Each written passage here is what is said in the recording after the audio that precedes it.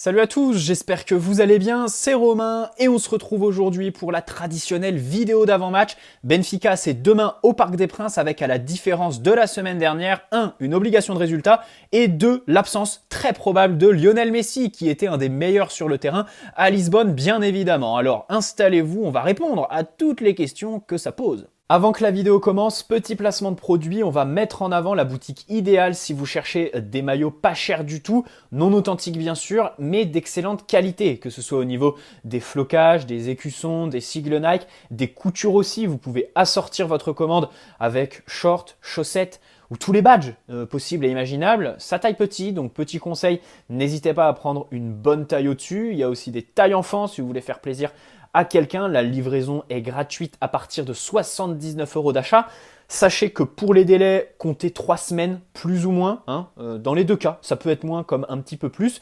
Et le petit code promo qui est dans la description, tout comme le lien vers la boutique. Il y a le PSG, bien sûr, d'autres clubs et des survêtements aussi. Voilà, merci à eux, c'est eux qui régalent. C'est déjà la seconde manche de cette confrontation contre le Benfica. La première a été passionnante la semaine dernière sur le terrain, moins en tribune pour les supporters parisiens qui ont fait le déplacement. Et je commencerai par là, avoir un petit mot pour tous ceux qui aujourd'hui sont choqués, touchés par ce qui leur est arrivé à l'entrée du stade, puisque tout simplement, des stadiers ont dépassé complètement leur fonction.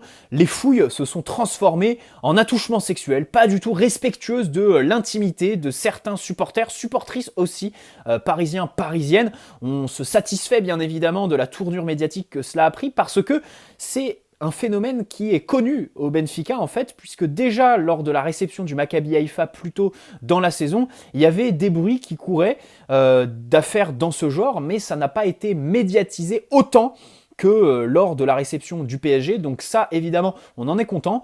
On envoie un message de force, de soutien et une grosse pensée à toutes les personnes que ça concerne, qui ont eu beaucoup de courage de témoigner, et on espère que pour eux, justice et vérité seront rétablies, que évidemment, ça ne se reproduira plus, parce qu'en plus, comme je disais, c'est pas qu'un seul stadier, mais plusieurs, donc le mot s'est passé au sein des effectifs de sécurité. Sécurité, c'est du coup devenu un grand mot, au Benfica à Lisbonne. Voilà, ceci étant dit, place à la tactique, à cette confrontation la semaine dernière qui s'est soldée sur un match nul. Du coup, aujourd'hui, on est obligé de gagner pour assurer la qualification et la première place, parce qu'on ne va pas se cacher. Franchement, le Benfica, j'ai re-regardé le match, et même si dans l'avant-match, on voulait en faire une grande opposition, un grand test pour le PSG, bien sûr, dans cette dimension, ça n'a pas démérité, ça a été un vrai test pour les Parisiens, parce qu'ils ont appuyé sur nos faiblesses, ils ont su les exploiter, mais ça n'a pas non plus été, à part les 20 premières minutes,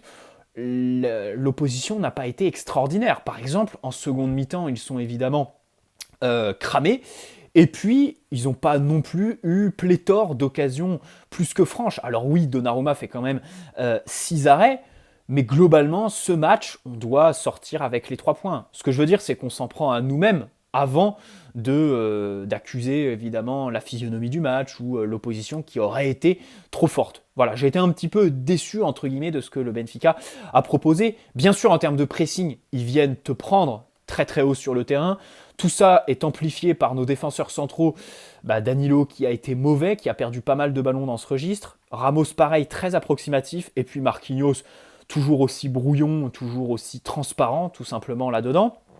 Donnarumma qui a été obligé de balancer à de nombreuses reprises. Alors, obligé, oui, mais de l'autre côté, quand on connaît le passif de Donnarumma, évidemment, le voir balancer, ça nous satisfait, parce que c'est gage de maturité pour lui. Voilà, il a pris évidemment en maturité. On pense qu'il a bien travaillé à l'entraînement, bien sûr. Il faut continuer dans cette voie-là. Marco Verratti a évidemment fait un gros match pour trouver plus haut Messi et Neymar entre les lignes. Et puis globalement, devant, on a eu un petit souci d'animation face à une défense qu'on a quand même réussi à tourner dans tous les sens, notamment au retour des vestiaires, où là, on se créait beaucoup d'occasions. Enfin, il y avait beaucoup d'espace, quoi. Une fois la première ligne dépassée, il y avait des intervalles de partout, des appels, si tu en fais plein, t'es servi, on a réussi à centrer beaucoup de fois, les centres qui sont une qualité pour Kylian Mbappé. On dit que Mbappé veut un numéro 9 avec lui. C'est peut-être aussi pour que ce numéro 9 soit à la réception de ses centres, parce que vraiment c'est un très bon centreur, et ça je trouve qu'on l'oublie. Contre le Benfica la semaine dernière, il en a fait 2 qui n'ont pas trouvé preneur, 2 qui auraient évidemment été des occasions de but si il y avait eu un vrai numéro 9. Comme Mauro Icardi, je me souviens d'un but contre Lyon en septembre 2021, centre de Mbappé sensationnel, but d'Icardi au bout du temps de jeu. Je suis sûr que vous avez l'image qui vous revient en tête. Bref, revenons aux enjeux tactiques, bien sûr sortir les ballons, et surtout cette animation offensive. Alors là, on a, au-delà en fait de l'animation offensive, quelque chose qui nous dépasse, c'est l'absence de Lionel Messi qui s'impose à nous, et là il va falloir faire avec quelqu'un d'autre. Numériquement, tu as plusieurs options, j'en ai identifié 3, on va y revenir plus tard dans la vidéo. Commençons déjà par le poste de gardien, j'en ai parlé, Donnarumma est vraiment dans une bonne dynamique, il faut le souligner, hein, on lui est tombé dessus avec sa fin de saison dernière au PSG, mais aussi en sélection nationale. Là, que ce soit au PSG ou avec l'Italie, il est vraiment très très bon, il fait un très bon début de saison, à part la petite erreur contre la Juventus. Que des bons matchs, sur sa ligne il en impose, avec ses mains parfaites, et au pied il progresse, enfin si on peut appeler ça une progression, parce que en soi la progression n'est pas technique, elle est plus dans sa tête, puisque il s'est fait une raison. Maintenant quand il a plus de solution, il balance en touche, comme Keylor Navas avait l'habitude de le faire quand il était titulaire. Devant lui, bon, je pense qu'on va refaire avec Ramos, Marquinhos et Danilo. J'espère que Danilo sera meilleur à la relance, que Ramos sera un petit peu plus tranchant dans les duels, et puis que Marquinhos sera un petit peu dans le dépassement de fonction, quoi. Ce serait bien quand même que là, ça fait 2 mois, il n'a toujours pas de match référence, Marquinhos. C'est compliqué, quoi. Tu as déjà eu quand même... Alors, peut-être le match contre Lyon. Je pense que son meilleur match de la saison, Marquinhos, ouais, c'est peut-être contre Lyon. C'était le 18 septembre, avant la trêve internationale. Sinon, en Ligue des Champions, contre la Juve, il ne fait pas non plus un mauvais match, hein. Par contre, contre le Maccabi, c'est mauvais. Et puis la semaine dernière, contre Reims, encore ce week-end, ça a été compliqué, franchement, hein, Marquinhos. Dans la lecture du jeu, évidemment, la gestion de la profondeur. Bon, dans tous ces domaines, c'est Danilo qui tire son épingle du jeu globalement. Lui, il faut qu'il progresse à la relance. Ensuite, est-ce que tu fais système à 3 ou système à 4 ? Je pense que la question chez Galtier ne se pose pas d'un point de vue... Si on veut être objectif, ce sera système à 3. Donc tu construis ton 11 comme ça, parce que Galtier ne va pas changer. Mais si tu veux être subjectif, évidemment que ça s'entend. Repasser à 3, surtout par l'absence de Lionel Messi qui renforce un petit peu ça, pour remettre un petit peu de la densité au milieu de terrain. Si passage à 3 il y a, je pense qu'il faut passer Marquinhos en sentinelle et mettre Danilo, Ramos, Danilo à droite, pour retrouver ce schéma que Pochettino avait trouvé la saison dernière de compensation avec Achraf Hakimi, et Ramos à gauche, poste, là il n'y a pas à s'éterniser, de prédilection pour lui, et puis Marquinhos avec un rôle plus haut, plus défini, avec un meilleur périmètre d'action, on va dire, qui le mettrait dans de meilleures dispositions, plus à l'aise disons, en tant que sentinelle, parce qu'après, pour mettre de la densité, c'est bien. Mais le problème, c'est que là, les profils, bon, Renato Sanchez n'était pas à l'entraînement collectif ce matin. Fabien Ruiz, ça me paraît compliqué de lui faire démarrer un match de Ligue des Champions, sachant que toutes les fois où on l'a vu, il a joué une demi-heure, et après, il s'éteint complètement. En termes de rythme, c'est quand même compliqué, quoi. Et puis surtout, c'est renforcé par son espèce de nonchalance, ses premiers appuis qui font qu'il a une lenteur certaine, qui est identifiable, bien évidemment, même si un coffre et des qualités techniques qui sont aussi, bien sûr, là, présents. C'est pas non plus un branquignol, hein.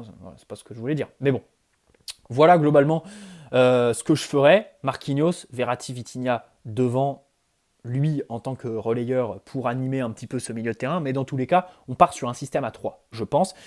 Avec du coup à gauche Juan Bernat qui va avoir un vrai test. Il a fait une entrée quelconque la semaine dernière. Contre Reims, pareil, match compliqué. En fait, on l'a peu vu, à part dans le début de match où techniquement il arrivait à se connecter dans les petits espaces, offensivement. Il s'est éteint, comme Fabien Ruiz par la suite, et c'est compliqué de savoir si demain il va faire un bon match ou pas. Peut-être qu'un système à 4 pourrait jouer à son avantage, puisque il serait pareil comme Marquinhos, dans un rôle plus défini en fait, avec moins d'espace à courir, moins de courses à faire, surtout vers son but, ce qui le mettrait un petit peu plus à l'aise du fait de son manque de rythme aujourd'hui. Bref, à droite, Achraf Hakimi. qui a fait une entrée retentissante contre Reims pour défendre Neymar et surtout prendre un jaune. On espère qu'il va s'illustrer avec le ballon dans les pieds, hein, parce que il est globalement. Il y a un papier du journal de l'équipe, tiens, qui est sorti la semaine dernière, qui disait que la saison passée, le PSG avait identifié des manques en termes d'investissement chez Achraf Hakimi, qui s'est trop affiché publiquement en tant que fashion et tout le bordel, là, vous le savez. Il a fait la une de Vogue, le Vogue du monde arabe, si je dis pas de conneries. Mais dans tous les cas, bon, cette saison, il est un petit peu plus impliqué, mais il y a quand même toujours des, des lacunes. Surtout qu'il est vraiment dans des dispositions qui sont bien meilleures en tant que piston plutôt que latéral la saison passée. Donc on espère vraiment que demain il va faire un bon match. Devant, bon, le duo Verratti-Vitinha sera reconduit parce que c'est eux qui impriment le plus de rythme, qui ont le plus gros volume et puis techniquement qui ont le plus d'impact sur le jeu.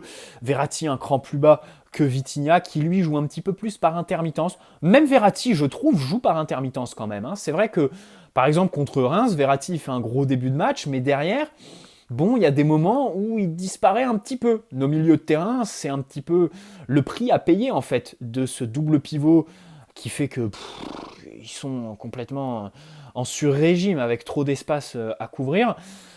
Ils jouent un petit peu par intermittence. Ils ont des petits quarts d'heure. Voilà, des quarts d'heure de folie et puis des quarts d'heure de creux, de moins bien. Ils n'arrivent pas à exister de manière vraiment linéaire sur tout un match. Bref, devant, là c'est la grande question. On y vient. L'animation, puisque Lionel Messi est absent. C'était évidemment le dépositaire de notre jeu. Notre offensif le plus en forme sur ces derniers temps, parce que Mbappé traîne son spleen, parce que Neymar a perdu un petit peu en régime, et surtout parce que Lionel Messi, marqué à chaque match, était décisif et dans le jeu, celui qui était impliqué sur toutes nos actions offensives. Enfin, contre le Benfica, c'était ahurissant le nombre de ballons qu'il a distribué, le nombre de ballons qu'il a eu aussi. Hein. Je crois attends, il tire un coup franc. Neymar, j'ai le souvenir de Neymar qui tire un coup franc en seconde mi-temps. Je crois que Messi en a un aussi en première, si je dis pas de conneries. Il a évidemment ce ballon dans la surface où il se manque un petit peu sur son contrôle en fin de match. Et puis le but qu'il met, qui est absolument fantastique, sans compter toutes les passes qu'il a envoyées dans la profondeur à Mbappé, à Neymar. Je crois qu'il a réussi à se connecter avec Achraf Hakimi aussi. Bref, délirant complètement son apport ces derniers temps. On regrette son absence. S'il y en a bien un, je pense que c'est celui qu'on regrette le plus avec Marco Verratti en fait. C'est vraiment les deux joueurs qui aujourd'hui ne doivent absolument pas être absents. Dans tous les cas, tu as Mbappé qui va se retrouver avec son rôle de pivot gang, et puis Neymar a animé ce côté gauche. Bon, je pense qu'il va redescendre beaucoup plus. Hein. Donc on va avoir la relation Neymar-Mbappé. C'est un petit peu le seul motif de satisfaction de l'absence de Messi. Neymar va lever la tête et globalement il va chercher que Kylian Mbappé quand il aura le ballon.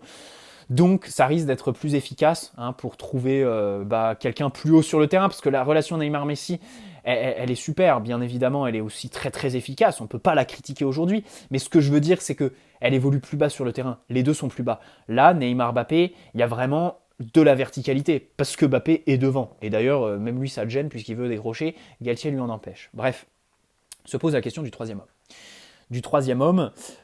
Ici tu as trois solutions.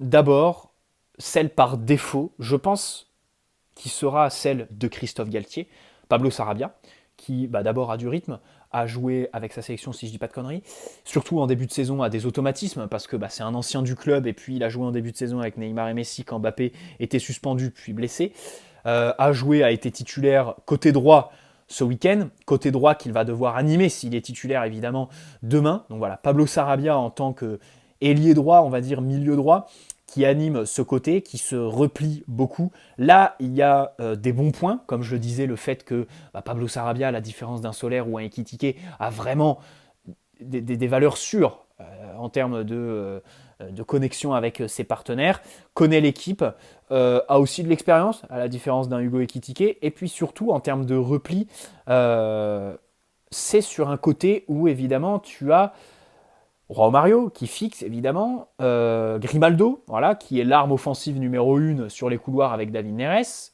centreur aussi évidemment, et puis surtout le côté droit, au-delà du fait que ce soit vraiment le côté de prédilection du Benfica, c'est surtout le côté où on peine le plus, avec le tandem Ramos-Achraf Hakimi, donc Pablo Sarabia pourrait vraiment les aider, donc ça évidemment c'est le premier bon point. Le second, c'est le fait que offensivement, il fasse des courses qui libèrent des espaces pour ses partenaires. Il l'a fait pour Neymar et Messi contre Clermont et en début de saison. Il peut le faire pour Kylian Mbappé et tout ça. Maintenant, c'est vrai qu'avec le ballon, il est assez insipide, difficile pour lui de se montrer à son avantage. Et puis surtout, en fait, la qualité qu'il avait à sa signature quand il arrive, c'est en 2019, si je dis pas de bêtises, il était tueur devant les cages. Et là, il ne l'est plus. C'est chiant parce qu'il ne l'est vraiment plus. Par exemple, l'action en tout début de match contre Reims ce week-end, là, sur le centre de Bernat. Ok, Sarabia est vraiment au tout début de l'action. Il ressort le ballon avec Fabian Ruiz. Donc forcément, quand le centre arrive dans la surface, il a moins de lucidité. Mais je suis persuadé que le Sarabia d'il y a 3 ans, à son arrivée, là, quand il était buteur quasi tout le temps en Coupe de France, il la met en fait cette occasion. Et ça, c'est problématique. Sur un match de Ligue des Champions, bien évidemment. Seconde option, Hugo Ekitike. Parce que tu peux tout dire. On a eu quand même un sacré problème d'animation la semaine dernière. Hugo Ekitike en tant que numéro 9, donc qui permettrait à Mbappé de décrocher un petit peu plus peut-être, qui permettrait d'avoir une présence dans la surface parce qu'il est grand, parce qu'il a des qualités de finition qui sont évidemment indéniables, hein, des capacités techniques pour avoir des fautes par exemple, pour prendre la profondeur aussi, pour dézonner sur le côté gauche, se connecter avec Neymar, un peu moins sur le côté droit, donc ça c'est déjà un inconvénient. C'est aussi un bon contre-presseur, même si contre Nice, il a eu une espèce de nonchalance sur 2-3 actions. Globalement, il dépense de l'énergie. Maintenant, déjà, il n'a pas d'expérience. Et ensuite, je ne suis pas sûr qu'émotionnellement, ce soit très judicieux de le faire démarrer contre le Benfica, et pour lui et pour nous. Pourquoi? Parce que si tu le fais démarrer dans ce registre-là, c'est-à-dire numéro 9 qui doit attendre, être très patient, très concentré devant pour être un vrai point d'appui, évidemment un point de conclusion en cas de centre et puis pour tenir la ligne de défense adverse le plus bas possible pour elle. Ben, en fait, de son côté, Hugo Ekitike, il va vouloir, comme contre Nice, décrocher, aller toucher le ballon. C'est évident, parce qu'avec le manque de temps de jeu, bah, quand il est sur le terrain, il veut montrer qu'il est capable, évidemment, de se connecter avec Neymar et tout ça. Donc là-dessus, j'émets quand même quelques doutes, ce qui me fait écarter la solution. Franchement, si c'était un neuf d'expérience qui est là depuis 2 ans au club et qui a, pas besoin, qui n'est pas en manque de confiance et de rythme comme les Hugo Ekitike, ça aurait été la solution que j'aurais pris. Mais là, parce que c'est Ekitike, j'ai quand même quelques réserves. Et puis enfin, la dernière, vous l'avez compris, c'est rajouter de la densité au milieu de terrain, avec soit Fabian Ruiz, soit Carlos Soler. Bon, je pense que Carlos Soler en tant qu'ailier droit, qui serait au final un espèce de relayeur, ça peut être envisagé, mais pourquoi prendre Soler quant à Sarabia? Je préfère Sarabia à Carlos Soler, il t'apporte quand même un petit peu plus de certitude, évidemment, que Soler, qui a joué même pas un match entier, 66 minutes, 70 minutes depuis sa signature fin août, quoi, qui arrivait sur le tard en plus, donc physiquement un petit peu compliqué. Bref, et puis Fabian Ruiz. Mais comme je l'ai dit, repasser à 3 au milieu, je suis pas sûr que ce soit une solution pour Christophe Galtier. Bien sûr, c'est tout à fait envisageable, hein, parce que tu manques cruellement de densité dans cet espace-là. Ça te permet d'avoir un petit peu plus de contrôle sur le ballon, sur l'adversaire aussi, parce que du coup, il sera un petit peu moins fougueux, il aura moins de récupération, moins d'espace à la récupération pour te briser tes lignes et prendre ta profondeur. Bon, ça peut s'entendre, mais je pense que Galtier va partir sur l'option Pablo Sarabia. Voilà, ce sera évidemment un 3-4-3 avec Mbappé, Neymar, Sarabia, Verratti, Vitinha, Bernat, Hakimi, et puis derrière Danilo, Marquinhos, Sergio Ramos, avec Donnarumma dans les cages. J'espère que cette vidéo vous aura plu. N'hésitez pas à poser un like si c'est le cas, vous abonner si ce n'est pas déjà fait. Bon match demain. On espère que ça va le faire, qu'on va gagner, parce que là, il y a une vraie obligation. On est sur la semaine la plus importante de notre première partie, puisque, évidemment, on affronte Marseille dimanche. Hein, c'est autre chose, hein, même s'ils ont laissé des points, que Lorient est désormais notre dauphin en Ligue 1. La course dans la Ligue des Talents est évidemment très serrée, passionnante. Lens aurait pu, par exemple, prendre le podium s'ils n'avaient pas perdu contre Lille hier dans le derby du Nord. Ils ont perdu 1-0, c'est dommage parce que s'ils gagnent, ils passent devant Marseille, ils sortent Marseille du podium. Voilà, je ne sais pas si on se rend compte. Hein. Bon bref, bonne soirée à tous, bon match demain, allez Paris avant tout et prenez soin de vous. Ciao les amis.